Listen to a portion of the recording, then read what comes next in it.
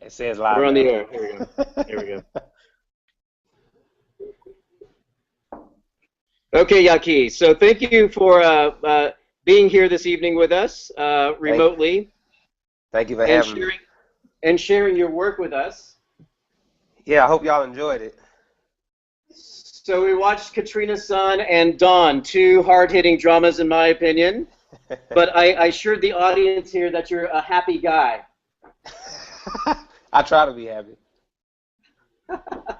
So tell us, I told everyone that your thing is drama short films. You make dramatic short films. Yes.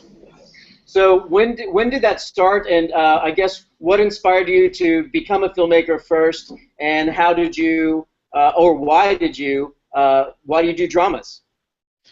Um, Honestly, I grew up watching dramas. I don't think I grew up watching like the typical quote unquote kid movies. I used to sneak and just watch like everything you could think of. And so I always was attracted to, just like hard hitting dramas and then things that I felt like were real. When I saw something on screen that I felt like, resonated with me personally or resonated with, someone else, and I could see their reaction. They're having a very visceral reaction to it. I always liked those kinds of films. And so when I was 11, I think 91, Boys in the Hood came out. And for me, that was the first time that I had seen like, people that lived sort of in my neighborhood on screen, because I grew up in sort of kind of volatile neighborhood. We had drugs and gangs and things like that. And so to see Boys in the Hood and then to see like people who I knew that were sort of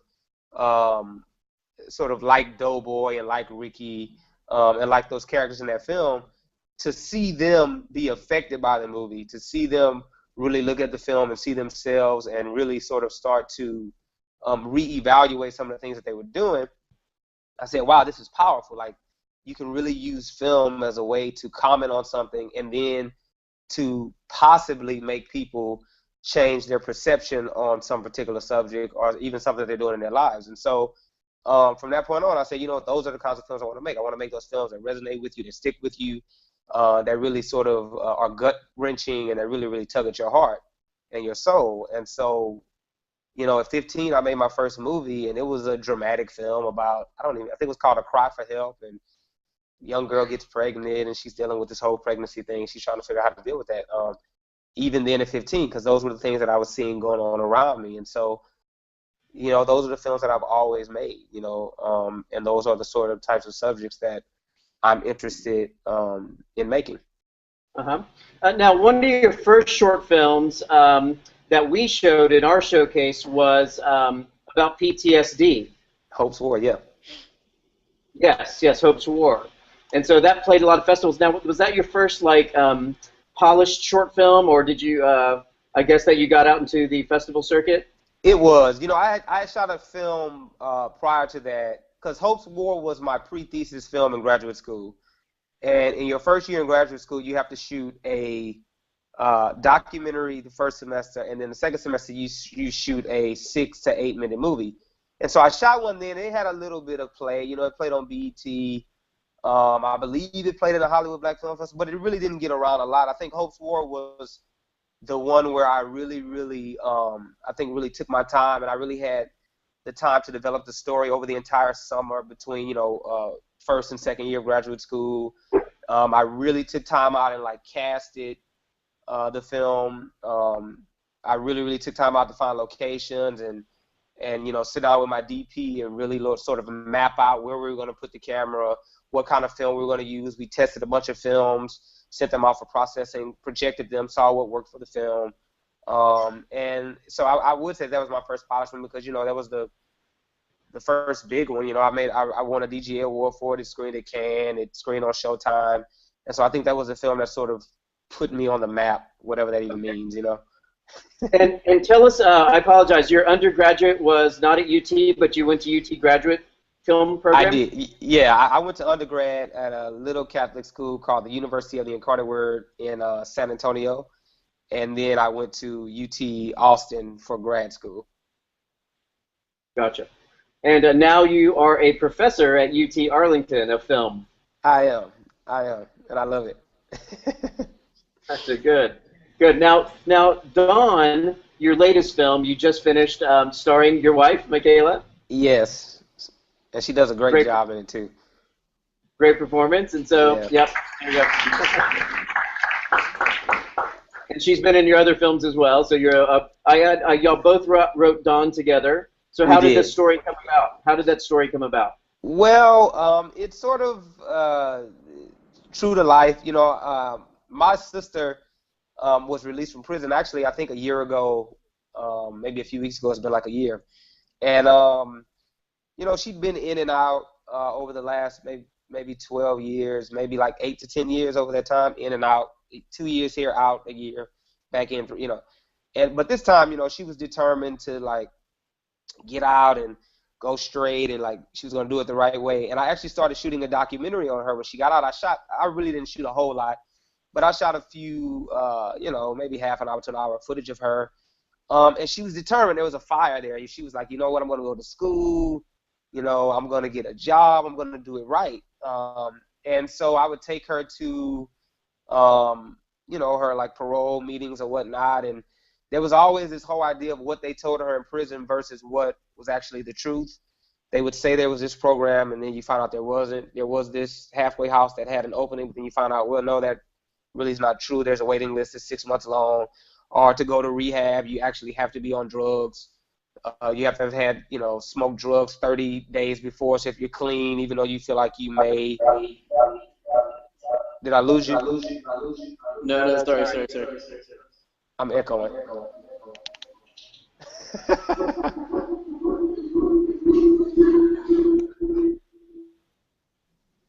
Sorry. I think that might be better. Is that better? Yeah. Okay, good. And so anyway, and sort of watching her try to attempt to do this thing right, and then just becoming very discouraged because things didn't go the way that she thought they would go. Okay.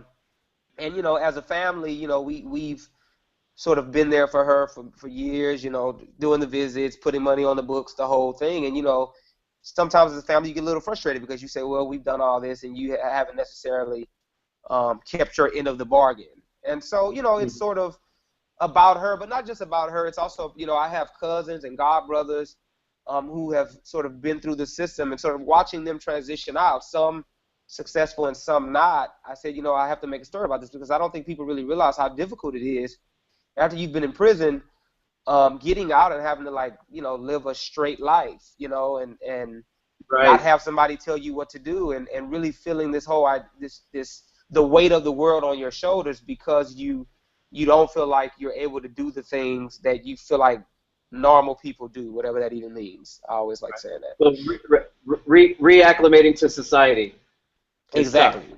It's very Yeah. difficult. Yeah.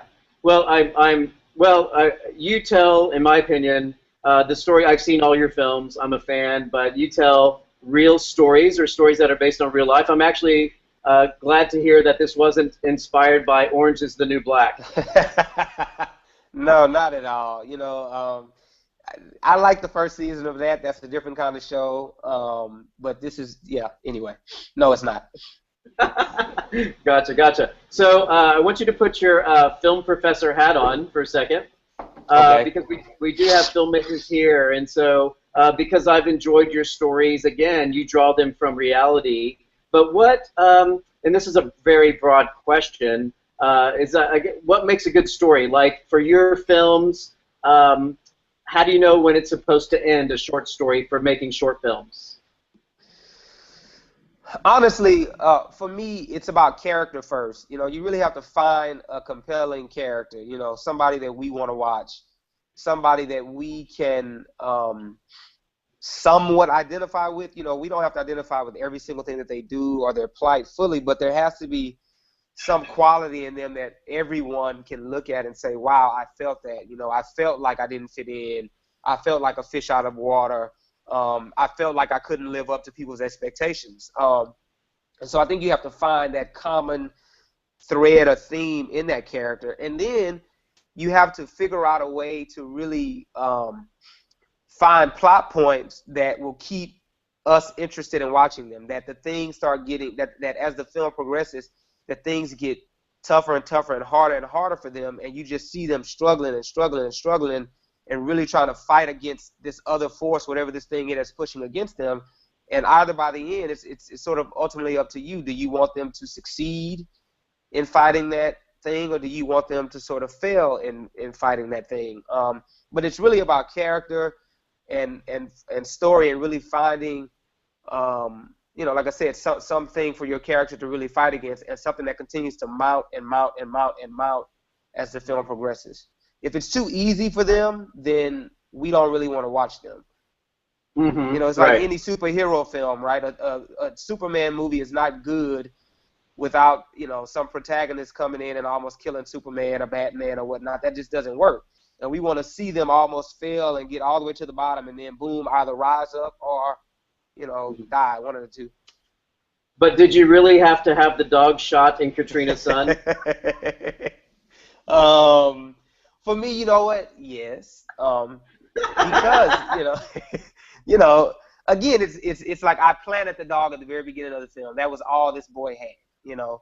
All he had was this dog. This dog represented everything that he knew. His grandmother, New Orleans. It was his only companion. He fed the dog when he ate. Sometimes he looked for food for the dog. It was like that was his thing. And so for me, by setting that up and then showing him lose that dog, that, for the audience, it means that this guy really has lost not only his best friend, but in some ways a piece of himself. And that's sort of what that whole film is about, is this boy, in searching for his mother and searching for that missing link, he winds up sort of losing a piece of himself. Mm-hmm.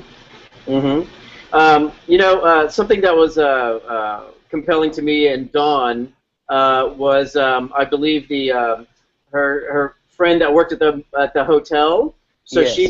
she had gotten out as well, but she kind of overcame, or is really kind of trudging through what she needs to do. Yes.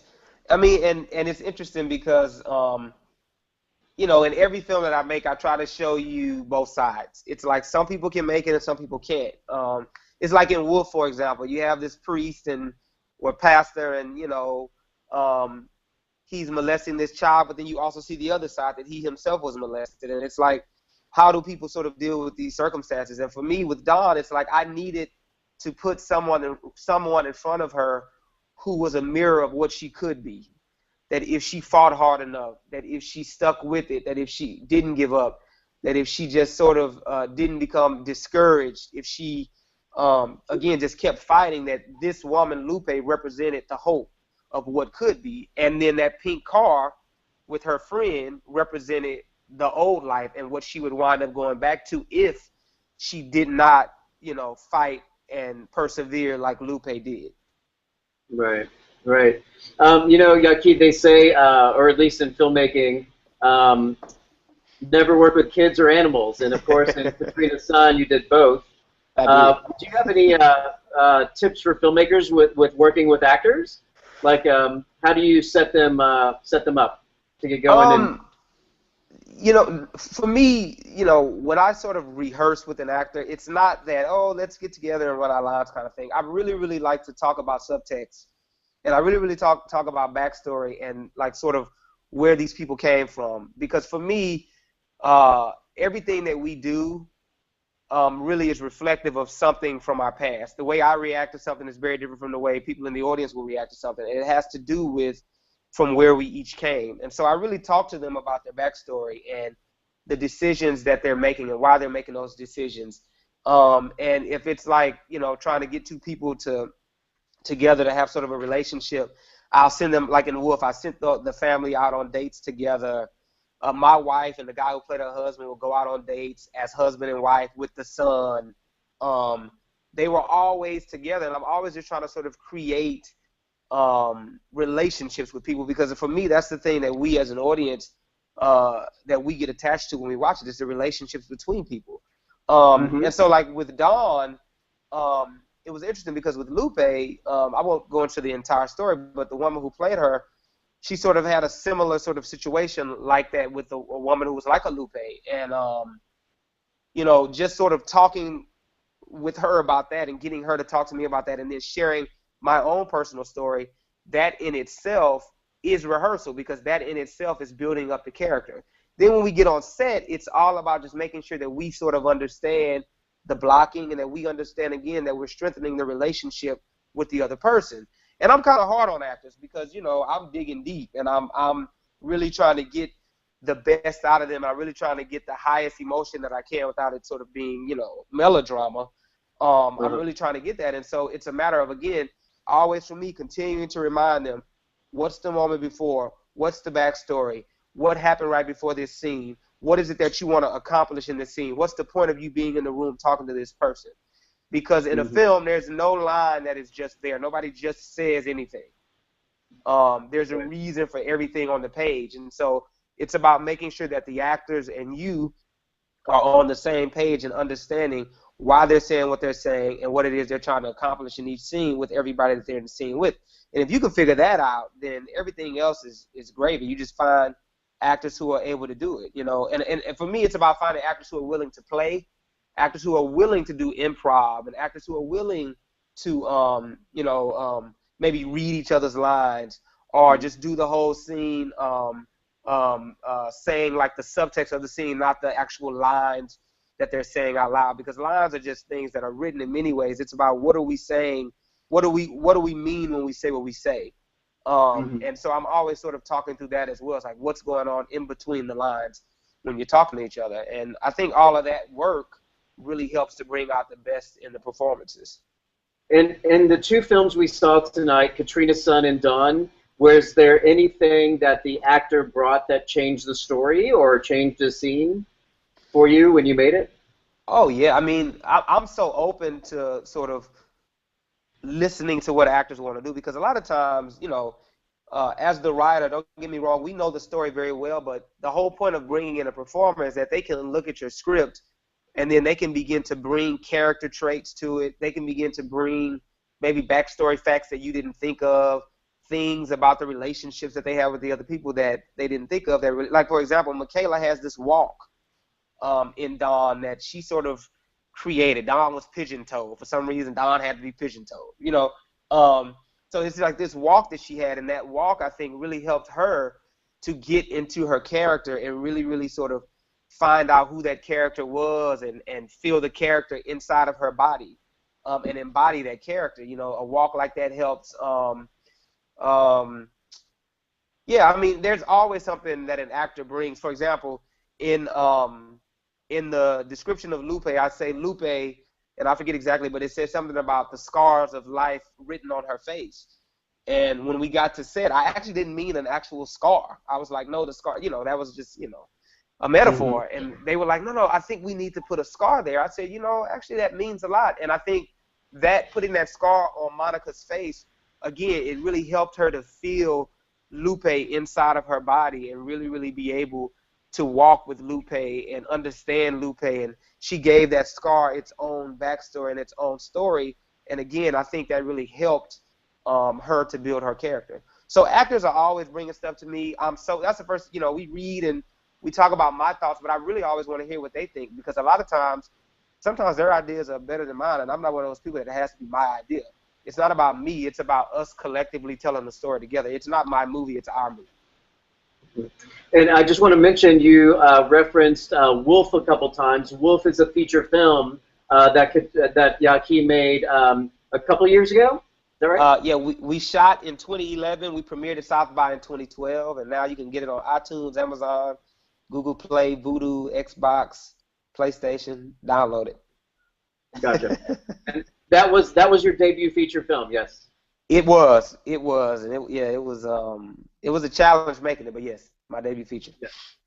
So so for filmmakers, because you made a body of short films, award-winning short films, what is some like quick advice or some of your best advice you give to your students, I guess, as far as telling story in filmmaking?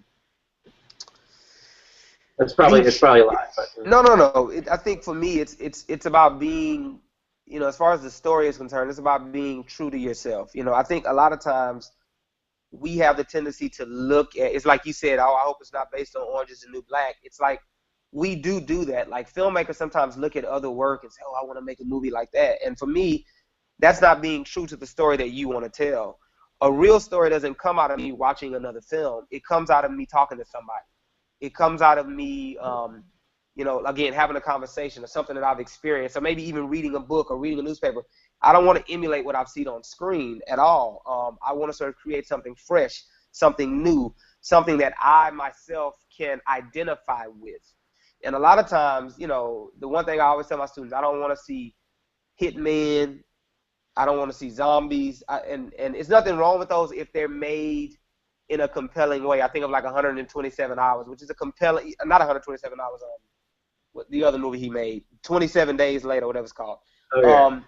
Which is a zombie movie, but for me, it's different. It brings something different to the genre. And it's like, if you can do something fresh with that, then that's good. But it's like you have to find a reason and find an end. Like, what is my end to this story, and why do I have to tell this story, and what can I bring to this narrative that nobody else can bring, and what fresh take can I bring to this that people are really, really going to identify with and that's going to really resonate with them. I'm about telling stories that,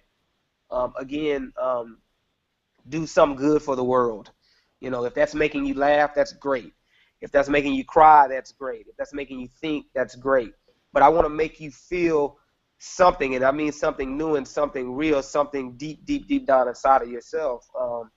And so that's always my advice, is be true to you and make the movies that you want to make, but don't make them because other people are making them. Make them because they're the things that there's something inside of you that says, I have to make this particular piece. Gotcha. I want to ask the audience if you have any questions for Yaki, because yes, over there. Cannot hear. The question was, did you face any challenges by shooting at the Alamo, outside of the Alamo? No. This is the thing about the Alamo. There's a street right in front of the Alamo, and on one side is the city of San Antonio, and on the other side is the Sisters of the Alamo, I believe is what they're called. As long as you don't step on the Sisters of the Alamo property, they cannot say anything to you, because I had a permit from the city of San Antonio. So if you notice, we always stayed, and it doesn't look like a street, but there's a little cobblestone street. We always stayed on that sidewalk, and I just shot towards the Alamo.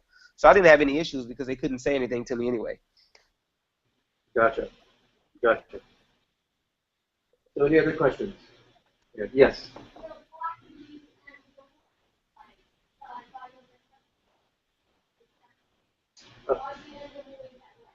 I'm sorry, can you tell me and I'll tell him, or?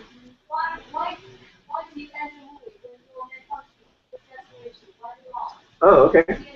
Why did you end your story? You're talking about Dawn, yes? I mean, or really both of them, yeah. You end the story when the character's in like the deepest desperation. And why do you do that? It's different for both stories. With Katrina's son, one of the things I really wanted to comment on in that film is this whole idea of these children that were lost during Hurricane Katrina.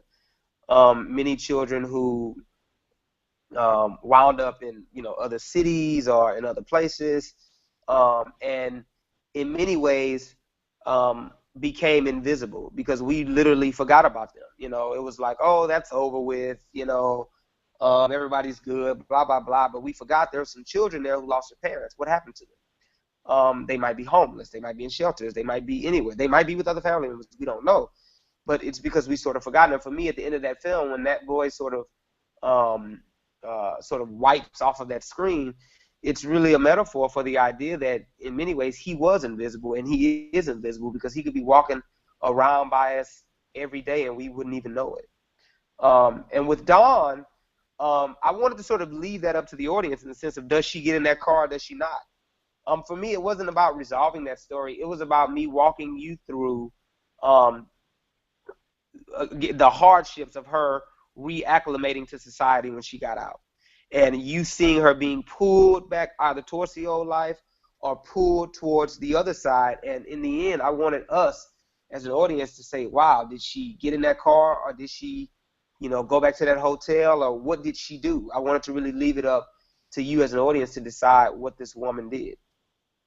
Yaki, I often repeat that Americans love a happy ending, but Europeans are okay with however the film ends, a sad ending. So you're Well, kind of you're kind of more of a European short filmmaker. it's interesting because one of my editing teachers from UT, I always send him all my work, Don Howard, and I love Don Howard. And he said something to me. He said, you know, this film really, really, really, and another guy said this to me too, um, it really, really speaks to my international sensibilities, you know. But I don't know if it speaks to my American sensibilities, you know. And it's interesting because, yeah, you know, I honestly, I study a lot of foreign cinema. And sort of, even with the way I shoot and the way I direct actors and things like that, I take a lot of my cues from some of that foreign cinema. And so it is very, very different from what you sometimes see in sort of American short films or films, period, you know.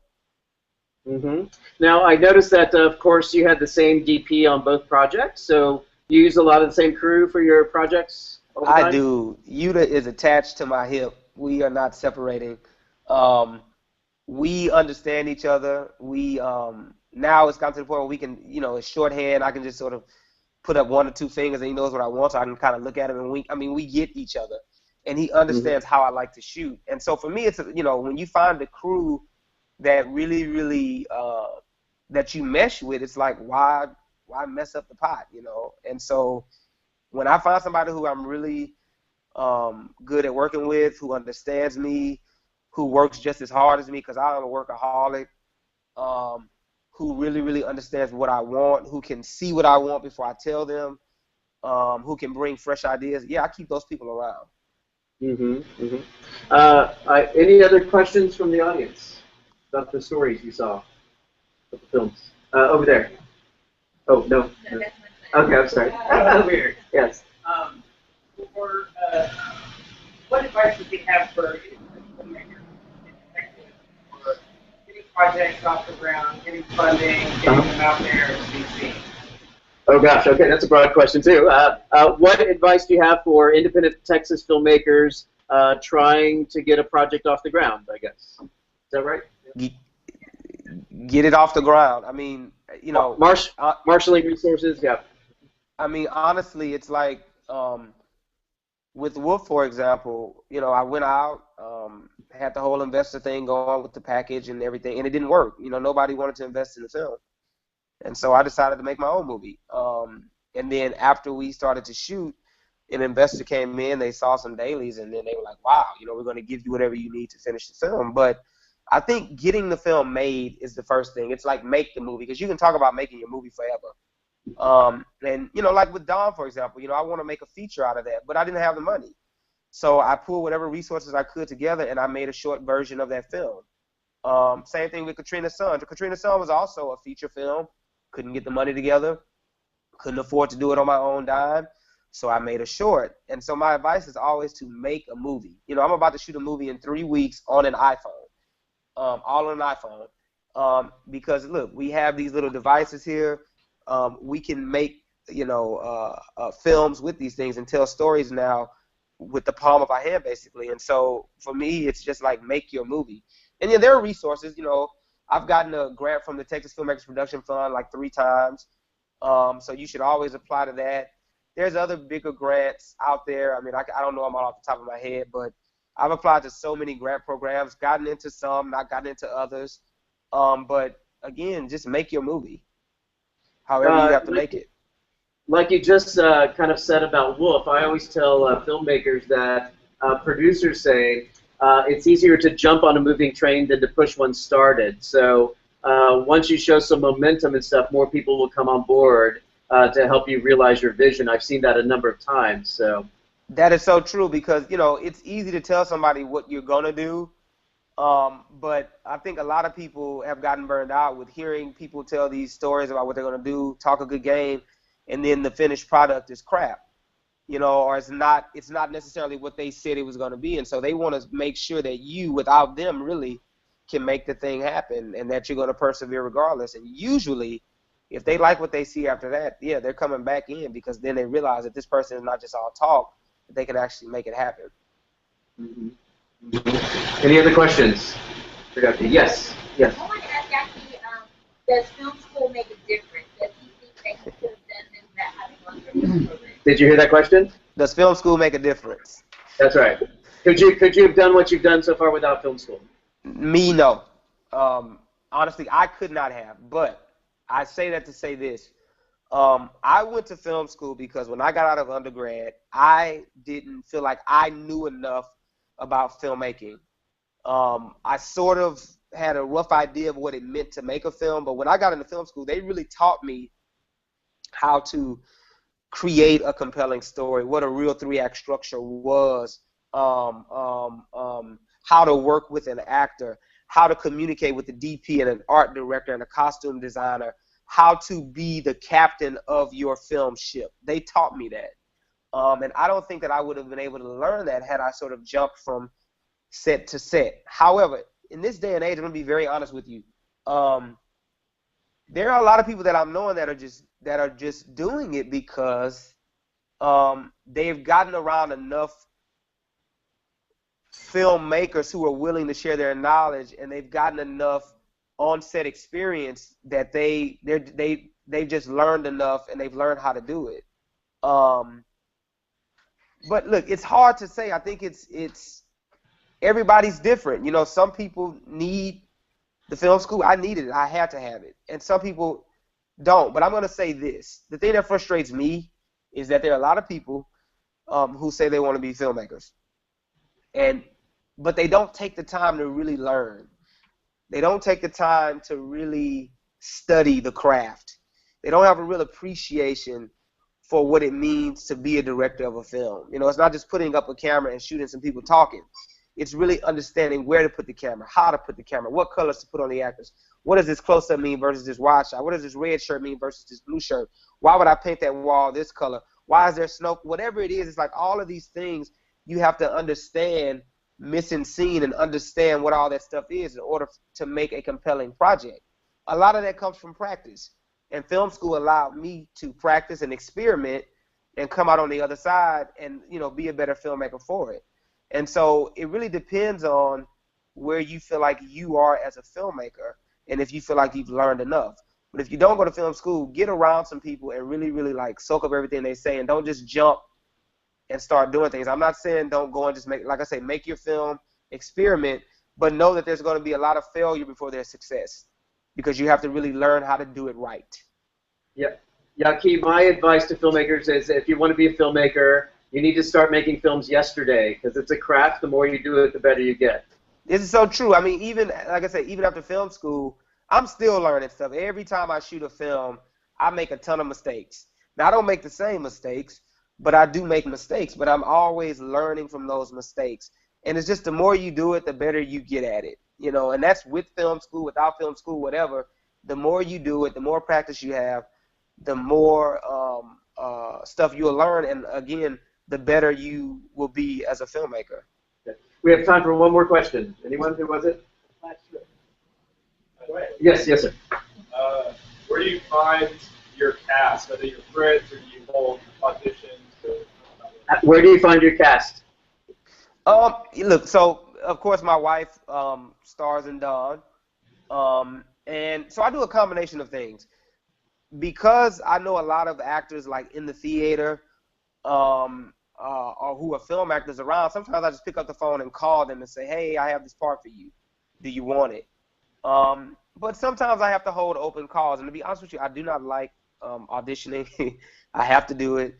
But I don't like doing it. It's a tedious process because you have to go through a lot of bad before you get to the good. And it can be just a very tedious process, but it's a necessary evil of filmmaking because without the right actor in the role, your film will fall flat. I've seen a lot of great films with bad acting, and they just don't work. They just do not work at all. The composition was great, the story was good, but the actor was terrible, and I didn't believe any of it. And a lot of people don't believe bad acting. And so for me, I'll go as far as I need. With Wolf, we cast in Dallas and in San Antonio.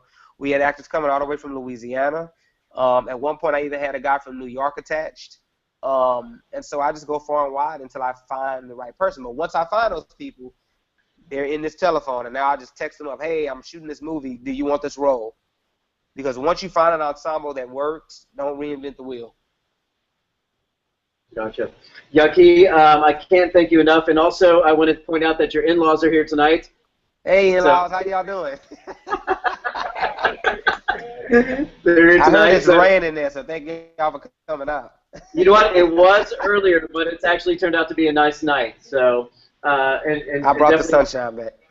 There you go. There you go. Well, thank you enough for being here, everyone. Thank you for having me. Thank y'all for being here. Yaki, I failed miserably on the whole sharing with the interwebs, but the good news is that I think that the interwebs saves this recording, so we'll post it later for other people to enjoy. So, Okay, that's fine. again, thank you for sharing your films with us and your time with this Q&A. Really appreciate it. And Exodus Film Works, right? Yes, .com? ExodusFilmworks.com. You can find me on Facebook at Exodus Filmworks, at Yaki80 on Twitter. Please get on there. Please like our Dawn page, our Wolf page. Download Wolf. And Dawn actually will be on HBO in February of 2015. So tell everybody to tune in. Okay, and I have your postcards here. We're going to pass out as well. So thank you so much, and we'll talk again soon. Thank you, guys. Thank you.